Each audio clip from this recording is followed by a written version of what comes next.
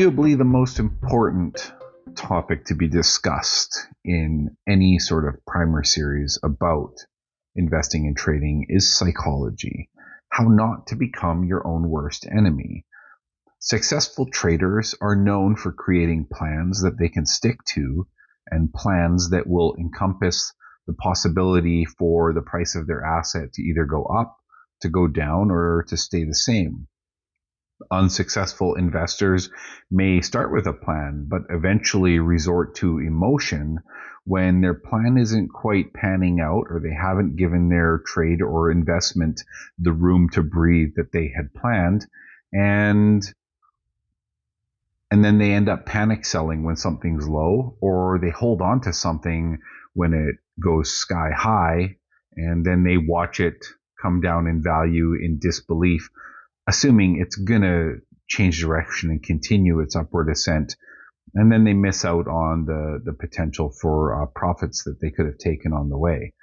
No one's ever saying that you have to do anything all in one giant sweep. Like, for example, if you're holding an asset and it goes up 50%, you don't have to sell 100% of what you invested, but it's prudent to start looking at which levels will you start taking some profit so that you hold that profit for the next time the price comes down. Price is always going to come down. Nothing stays parabolic forever. The biggest thing to remember here is that you never want to trade on emotion. No! God, please, no! No! No! A really well-crafted plan will save you when you see the value of something tanking. Your plan should have had some sort of description about how much have you already left aside for that. Yeah, as if it goes down to this level. If it goes down to this level, I would want to spend some. Make sure that you're comfortable not being fully deployed at any given time. Say you start with a $10,000 float and you spent 6 months or a year doing dollar cost averaging and seeding in.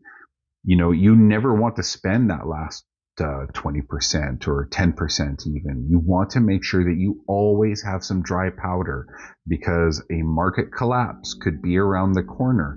And if you already believe that your technology or the token that you're invested in is not going to go anywhere, but it could be impacted by investor sentiment in the world at large, then you're going to be so glad that you had a little bit of money left to the side.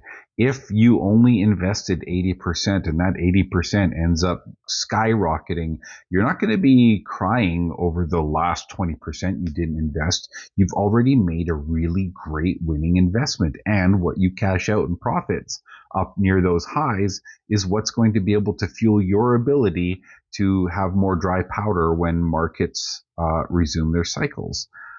If you're playing with enough of a time frame in your mind, you will not suffer from impatience. There's also this will, I think, of any of us to think that, as clumsily articulated, there's this will of any of us. I think it's natural to think about when you're not in a trade, you could be missing potential, right? Things are going up in value or down in value all the time. And if you had that perfect market read, boy, you could turn $100 into $1 million in 48 hours. Why don't you see that happening? Because nobody can read the market like that. There's this saying you always see about only trade what you can afford to lose. If you only trade what you can afford to lose, then you're not going to mortgage your house to get money to invest in crypto. You're going to put yourself in a precarious position where you may suddenly need money and your only choice is to sell an asset that you bought higher for down lower and sustain a loss. So when you only trade what you can afford to lose, it means that when the price and your setups or whatever, or the value of your investment has tanked, you're not going to be in a position where you then need to sustain the loss. So you only lose money if you sell at a loss. It's the whole idea of unrealized profits and losses. Again, why it's so important to always consider when the value of your asset goes up, where do you start taking some off the table? That's what I usually refer to as de-risking, right? Unrealized profit becoming no profit. Like if it's doubled in value and then it's come back down, what's called round tripping, you're going to feel just as much loss as if you had it cut in half and then you sold at a loss. The idea here, again, is always to build equity and to have the mindset to carry you forward into the future. Buckle up. Crypto is choppy. It's over. It's over. It's so over. We're back. We're back. We're so back. We're so back. We're so back. Ah, it's over. It's over. It's so over. It's so over. It's so over. We're back. We're back. We're so back. If you look at the major assets like Forex and the stock market, they have so many dollars in them that if a billionaire appears on the scene, go ahead, buy $1 billion, sell $1 billion, whatever you're doing. You're not going to move the market capitalization of Apple enough to upset or threaten anyone else's investment.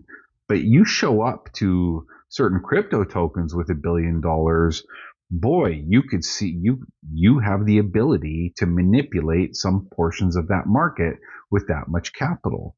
It's because there's only a small amount of money in there. So the relative amount of money that it takes to make a major change is why crypto compared to stock markets, which have smoother trajectories in its entirety, crypto seems like a really wild ride. And it is.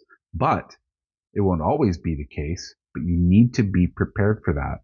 So don't be investing with leverage unless you really, really know what you're doing. Leverage is not a way for you to access greater multipliers to your profit. Leverage is a way that you can trade relative to your actual size without putting all of your assets onto the exchange. As we know, an exchange could collapse and your assets go by. Again, another reason why you only trade what you can lose. You're not planning on that exchange to go bye-bye, but don't get homeless if your crypto investments don't work out. This has amazing potential to grow and become something meaningful, especially if you look at it in a long-term, realistic time frame. The next 5 years are going to present never-ending opportunities for people who train themselves to spot them. So don't do anything crazy.